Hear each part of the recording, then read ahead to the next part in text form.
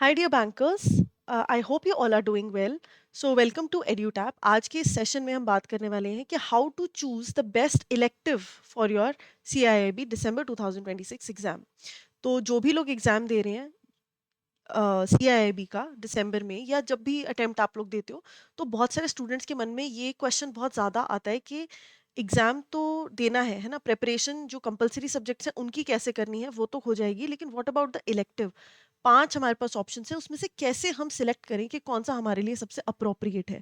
तो आज के इस सेशन में हम बात करने वाले हैं कि कौन से टोटल सब्जेक्ट्स हैं इलेक्टिव, कैसे आपको मोस्ट अप्रोप्रिएट वन उसमें से सिलेक्ट करना है, और डिटेल्स सारे के सारे इलेक्टिव सब्जेक्ट्स की वन बाय वन हम स्टडी करेंगे so that you can make a well informed decision. ठीक है जी?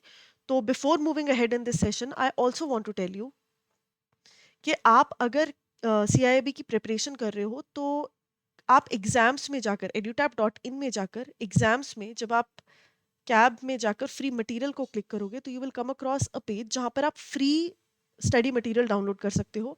ये एक ई बुक है जो हमने प्रिपेयर करी है, which will help you to understand the PYQs, है ना, कि PYQs क्या है, मोस्ट इंपॉर्टेंट टॉपिक्स क्या है। तो ये सारा कुछ आपको, और मोस्ट इंपॉर्टेंट MCQs प्रैक्टिस के लिए, तो ये सारा कुछ आपको इस ई बुक में मिल जाएगा। आपको अपने यहाँ पर डिटेल्स डालनी है and you can download the E book that is free of cost from this page, right?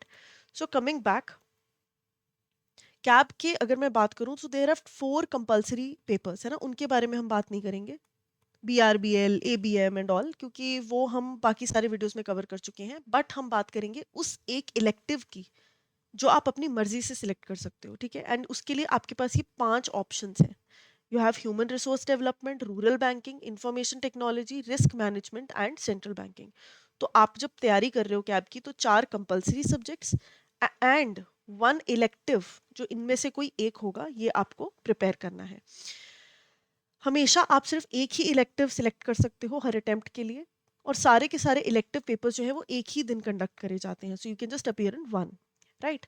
तो आपको करना क्या है? आपको before choosing an elective you have to ask yourself these questions कि आपका एजुकेशनल बैकग्राउंड क्या है। आप कॉमर्स बैकग्राउंड से आपने पढ़ाई करी हुई है या नॉन कॉमर्स बैकग्राउंड से, है ना?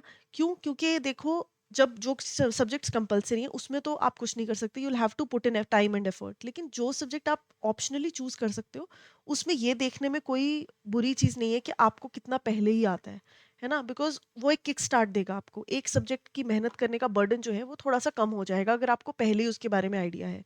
तो आपकी एजुकेशनल बैकग्राउंड क्या है उस चीज़ पर बहुत डिपेंड करता है कि आपको कौन सा इलेक्टिव ईजी लगेगा। Which department do I currently work in, आप बैंकिंग के किस डिपार्टमेंट में काम कर रहे हो, कौन से सब्जेक्ट में आपका इंटरेस्ट है, आपको थ्योरी अच्छी लगती है, आपको प्रैक्टिकल अच्छा लगता है, आपको फैक्चुअल चीज़ें ज़्यादा अच्छी लगती हैं। Which subject matches my long term career growth, कल को अगर आपको अपनी करियर ग्रोथ की तरफ देखना है तो कौन सा सब्जेक्ट उस चीज़ में आपको हेल्प करेगा। And the most important one, time कितना है आपके पास प्रिपरेशन के लिए। क्योंकि अगर आपके पास टाइम ही नहीं है तो इट डजेंट मैटर, अगर ये सारे पैरामीटर्स टच होते हैं और आपके पास टाइम नहीं है, और and you are choosing the one that is fulfilling ये सारी की सारी एबिलिटीज, बट वो बहुत लेंथी है, उसको करने में ही बहुत टाइम जाएगा, तो आप क्वालिफाई नहीं कर पाओगे। So it like kind of like rejects the whole idea. तो उसमें नहीं जाना। टाइम प्रेपरेशन आप कैसे करोगे, जो आपको सबसे कम लग रही है वो आपने डेफिनेटली फैक्ट है जो कंसिडर करना है। So let's get to human resource management. ठीक है? HRM ये है ब्रांच मैनेजर्स के लिए, HR डिपार्टमेंट के लिए, ऑफिसर्स इंटरेस्टेड इन लीडरशिप के लिए, and candidates comfortable with theory. तो वो लोग जो कि चाहते हैं ह्यूमन रिसोर्स को मैनेज करना, है ना, आपको अच्छा लगता है कि आपको एक तरीके से पूरा का पूरा HR डिपार्टमेंट आपको हैंडल करना अच्छा लगता है, या आपको अच्छा लगता है कि आप प्लेस करो कि कौन से इंसान का क्या रोल होना चाहिए, आप उनकी जॉब रोल्स उनको असाइन करो, है ना, जो इवेंट्स हो रहे हैं आपके ऑर्गेनाइजेशन में उसको आप ऑर्गेनाइज कर पाओ। लीडरशिप रोल एक तरीके से, है ना, because you are in charge of where the other person will go, है ना, पोस्टिंग्स आप सेटल कर पाओ। तो रिक्रूटमेंट, ट्रेनिंग एंड डेवलपमेंट जो करानी है अपने एम्प्लॉयज़ की, performance management, leadership, motivation, relations, organisational behaviour, ये सारे एरियाज हैं जिसमें कि मेन HR जो है वो काम करता है। तो आपको कब HR चूज करना चाहिए या HRM चूज करना चाहिए, जब आपको थ्योरी पढ़ने में मज़ा आता हो, आपको लोगों की मैनेजमेंट करने में मज़ा आता हो, आप लीडरशिप रोल्स में इंटरेस्टेड हो और आपको टेक्निकल और न्यूमेरिकल काम करने पसंद नहीं है, है ना? वो डेटा डालते रहना, वो सब आपको पसंद नहीं है, देन दिस इज़ समथिंग जो कि आपको बहुत ज़्यादा इंटरेस्टिंग लगेगा। Then you have rural banking. Rural banking best है आरआरबी के एम्प्लॉयज़ के लिए, ब्रांच ऑफिसर्स के लिए, एग्रीकल्चर फाइनेंस ऑफिसर्स के लिए या रूरल बिजनेस डिपार्टमेंट्स, कोई भी बैंकिंग ऑफिशियल जो कि रूरल ब्रांचेस में काम कर रहा है ना? तो उनके लिए काफ़ी अप्रोप्रिएट है।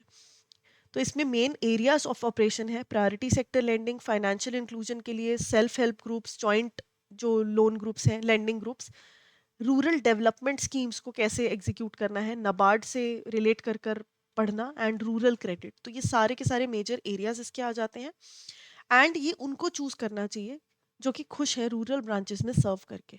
हो सकता है आपका घर वहाँ से नियर बाय पड़ता हो, आपको पसंद हो रूरल एरियाज में रहना, सिटी की हसल बसल से दूर, तो it is very appropriate for you. You regularly deal with agricultural loans, आप रेगुलरली एग्रीकल्चरल लोन से डील करते हो, आप इंटरेस्टेड हो फाइनेंशियल इंक्लूजन में, यानी कि पीएसएल और ये सब नॉर्म्स आपको अच्छे लगते हैं, इंटरेस्टिंग लगते हैं इनको पढ़ना और एग्जीक्यूट करना, और आपको स्पेशलाइजेशन चाहिए किसी भी वजह से रूरल फाइनेंस में, तो ये आपके लिए इंटरेस्टिंग हो सकता है।